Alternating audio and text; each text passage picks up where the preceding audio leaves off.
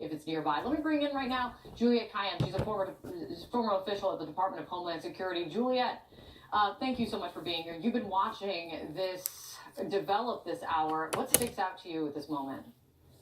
Okay, so specifically, it's something that Josh has been raising, the TARP issue. So there's, this is a political time. We don't know or not reporting on what the bumper sticker says, but so just covering it is going to have next phase implications. So I actually agree that they covered it. Already, the investigation may be over. We don't know if he's an accomplice, if there are accomplices, but a piece of the investigation could be over. They're thinking about the court case, and they are thinking about a jury. And so the law enforcement does not want to have anything that would be viewed as potentially tainting or damning a potential jury. So this is how smart our law enforcement and agents are. They're already thinking about phase two. They are thinking about how do we now put this person potentially behind bars. On the macro level, I just want to make it clear, we still do not know if the person taken is an accomplice, is the person or is the only person. So just, stay tuned in some ways, but we simply do not know the reasons for the arrest. We will find out in the next couple hours. And so there could be other investigations going on. In particular, what I'm looking at is the New York connection. Is there someone in New York that he was in contact with, given the scope of the delivery and the known addresses and things like that? So just open questions right now, but obviously good news. And I think most of us anticipated an arrest like this relatively soon, just given the resources focused on this case. Yeah, you make a very important point. And on some level, be it big or small, a relief that there is a break in this case. But still, it seems that this really opens up a very important next chapter in this investigation, because there are still important questions that are not yet answered. Is he alone? Is this person acting alone? Is this person the suspected bomber or someone connected to it? We're following all of this as we follow the progress of that ban and the developments in this case. Keeping our eyes on the White House as well, as President Trump is expected to speak any moment. Thank you so much for joining me. I'm going to hand it off to my colleague John King with Inside Politics, who will continue our coverage.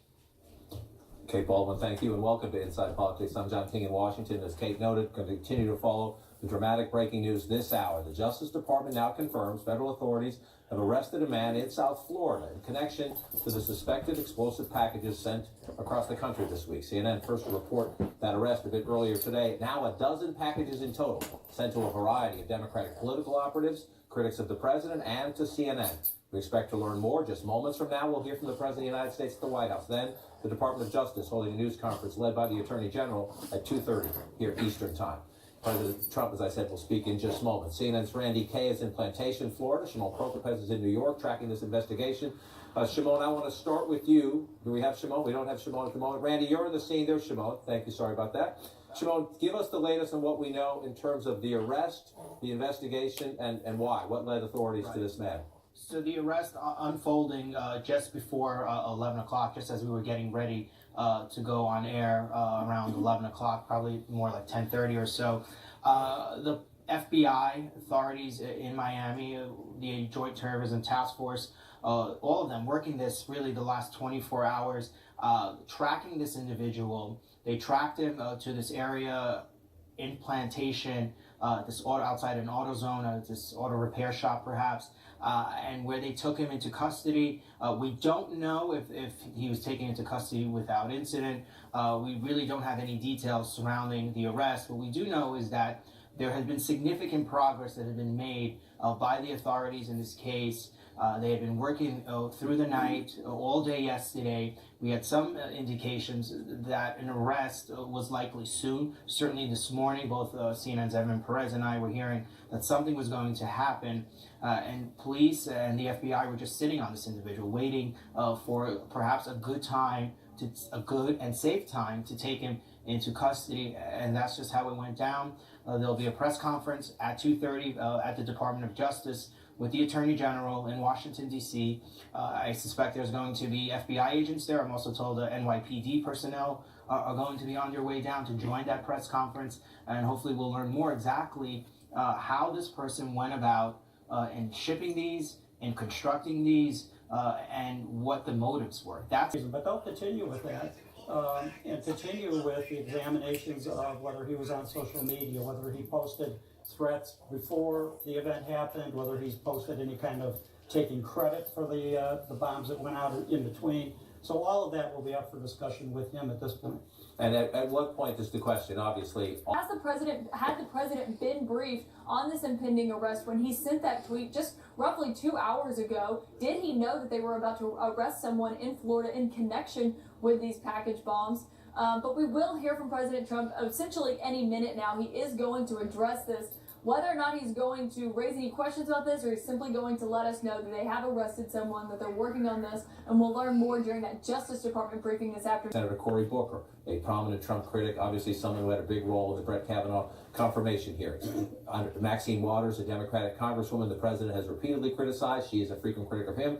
Another one of the targets here, Eric Holder, the former attorney general. The return address listed as Debbie Wasserman Schultz, Democratic congresswoman, former chairwoman of the Democratic National Committee in Florida, and a 13th package now under suspicion at a Sacramento facility in California addressed to Senator Kamala Harris. Obviously, it's not hidden here, the motivation, all of the targets, Democrats and or critics of the president. When you're leading an investigation like this, how much do the words of the president or the tweets of the president, especially if they're diverting from the facts, impact your work? They won't impact the work, to be honest. It doesn't matter what the public is saying or what the media is reporting or anything at this point with regard to possible political motivation. They are just working the facts, working the forensics, taking every step of the way meticulously, and then determine if knowing the victims or the targets of the mailings doesn't tell you specifically the motivation. Show bad. They will take it back via fake news. But they will, no matter what, if it's, I won't use examples. And today is just sort of a very special day because we caught somebody that hopefully that'll all pan out to be 100%, but it probably will. But today's a special day for that reason. But, you know, we all get attacked and we're smart and we understand. That's the President of the United States moments ago at the White House. To the point, you heard some fake news chants in the background of that as the President was commenting there.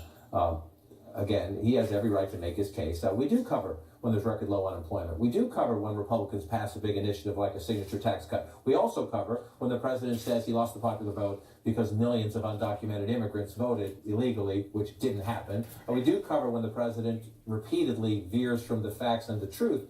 We do both.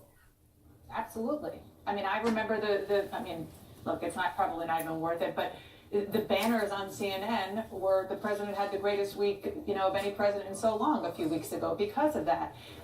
And that's called reporting the news, and that's called giving the facts. And that is what we do. And unfortunately, in today's era, we also have to correct things that public officials, starting with the president, say that just are not factual.